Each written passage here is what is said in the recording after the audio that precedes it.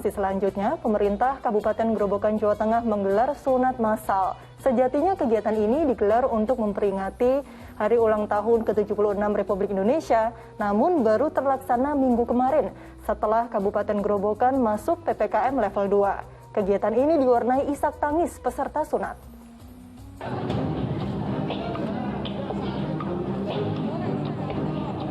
Irsyad seketika tidak berani masuk ke ruang Riptaloka Setda Grobogan yang dijadikan sebagai ruang sunat. Orang tuanya berkali-kali membujuk Irsyad, namun Irsyad tetap tidak berani masuk karena melihat anak-anak lainnya menangis saat disunat. Padahal sebelumnya Irsyad sangat bersemangat mengikuti sunat massal. Takut, Mas. Udah sempat masuk, udah dibius tadi. Udah masuk terus keluar nangis.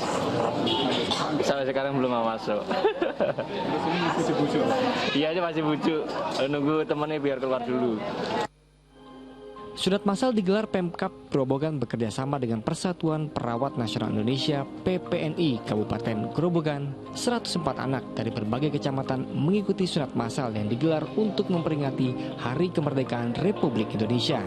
Kegiatan sunat massal ini baru terlaksana setelah Kabupaten Grobogan masuk PPKM level 2.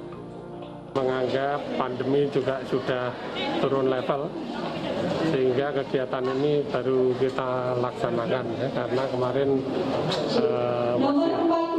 masih level 3 kami tidak berani melaksanakan, karena ini sekarang sudah level 2 kita laksanakan kegiatan ini. Meski sudah berada pada PPKM level 2, namun kegiatan sunat massal tetap memperhatikan protokol kesehatan. Peserta sunat massal dan orang tua wajib memakai masker dan diperiksa suhu tubuhnya. Orang tua peserta juga tidak diperkenankan mendampingi di dalam ruang sunat untuk menghindari kerumunan. Arif Nur melaporkan dari Grobogan, Jawa Tengah. Ya, kita doakan semoga Ananda Irsyad diberikan keberanian agar mau lagi di hitan. Ustadz Suki melihat kasus tadi, adakah tips dari Ustadz untuk para orang tua bagaimana cara terbaik untuk membujuk anaknya supaya mau di hitan ini, Ustadz? Ya, ini saya juga Mbak Nurul masih punya anak yang satu yang belum dihitan gitu ya. Sebetulnya saya punya pengalaman beberapa kali menggelar acara hitanan massal untuk yatim maupun duafa. Ini mungkin saran dari saya ya. Memang sebagusnya anak-anak yang mau dihitan massal itu jangan dibariskan atau yang jangan didudukan secara bersamaan seperti itu. Ya, karena itu sudah psikologisnya, walaupun tuh anak tadinya awalnya berani, saat mendengar tangisan atau mendengar ada yang menangis, itu saya jamin ya pasti ada banyak anak yang minta pulang dan tidak jadi mau disunat gitu ya. Kalau sedikit mau mau lebih baik menurut saya dipisahkan antara ruang hitan dan ruang anak-anak berkumpul gitu ya. Kalau misalnya begitu didudukan di satu tempat, jangan di tempat yang terdengar. Mungkin di situ ada badut, mungkin di situ ada hiburan, karena kita bisa mengalihkan perhatian anak itu. Misalnya ada tokoh seseorang yang bercerita kepada anak-anak. Misalnya kalau sekarang lagi suasananya tidak boleh berkerumun terlalu banyak, mungkin dibagi 5-5.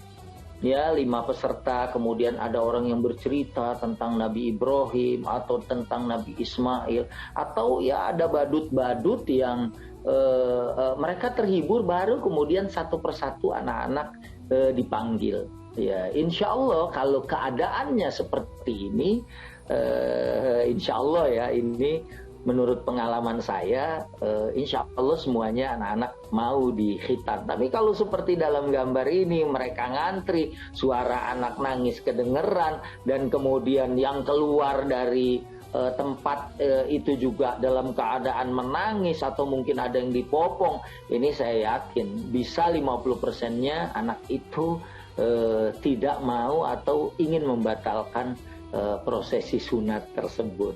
Gitu, iya, luar biasa sekali tips dari Ustadz Suki. Betul sekali ya, kalau ada anak melihat temannya menangis ya sudah pasti dia juga ikut ingin kabur gitu, nggak mau jadi dihitan, begitu ya Ustadz. Diberikan ada hiburan dan bisa membujuk secara persuasif dari orang tua, Ustadz maupun para tenaga medis, begitu luar biasa. Betul. Iya, Ustadz Suki, ini sebenarnya apa hukum khitan bagi anak laki-laki dan perempuan, Ustadz? Apa benar perintah sunat ini turun di masa Nabi Ibrahim, Ustadz?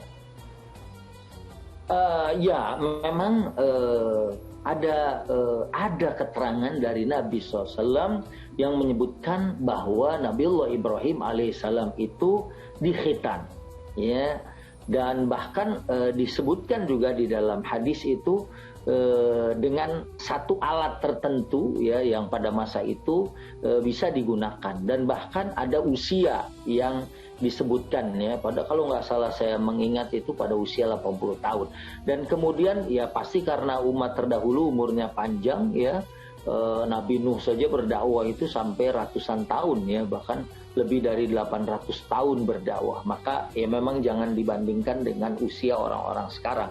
Kemudian di dalam Al-Quran memang diperintahkan kepada Nabi SAW, disebutkan di dalam ayat anittabi' millata Ibrahim hanif, supaya Nabi Muhammad juga mengikuti syariat Nabi Ibrahim yang lurus, dan salah satunya ya adalah khitan ini. Adapun tentang khitan laki-laki itu semua sepakat, ya, tentang perintahnya. Adapun ada perbedaan pendapat dari khitan wanita. Ada yang mengatakan khitan wanita itu tidak sewajib khitan kepada laki-laki, ya.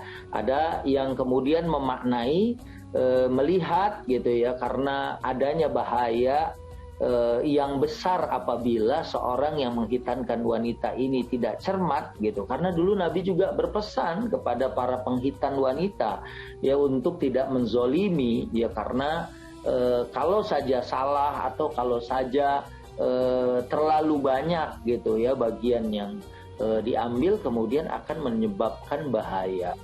Bisa jadi si wanita itu malah, ya, mungkin dalam bahasa kita sekarang itu akan menjadi perigid, gitu, ya, karena dia tidak karena tidak arif seorang yang menghitankannya. Malah ada beberapa di antara negara Islam yang lain yang tidak mengatakan tidak ada pada khitan wanita. Saya sendiri, ya, saat membaca hadis tentang khitan wanita ini, ya, ada salah satu ulama hadis di Indonesia yang mengatakan melihat pemahaman hadis itu dari al-maqasid an-nabawiyah. Ya, artinya dilihat lagi secara kalau misalnya khitan terhadap wanita itu tidak dilakukan, apa bahayanya terhadap agama mereka, apa bahayanya terhadap jiwa mereka, apa bahayanya. Ya, kalau memang tidak ada bahaya yang ditimbulkan, maka kemudian itu sekedar kemuliaan saja bagi para wanita. Namun kalau yang berpendapat adanya kewajiban juga sama, ya, sebagaimana laki-laki, maka juga harus berhati-hati, ya, para penghitan wanita ini, ya, agar jangan sampai menzolimi para wanita yang dikhitan. Wallahu ta'ala anhu a'lam. Baik, Masya Allah. Luar biasa sekali, Ustadz. Sekarang kita menuju ke Jawa Timur.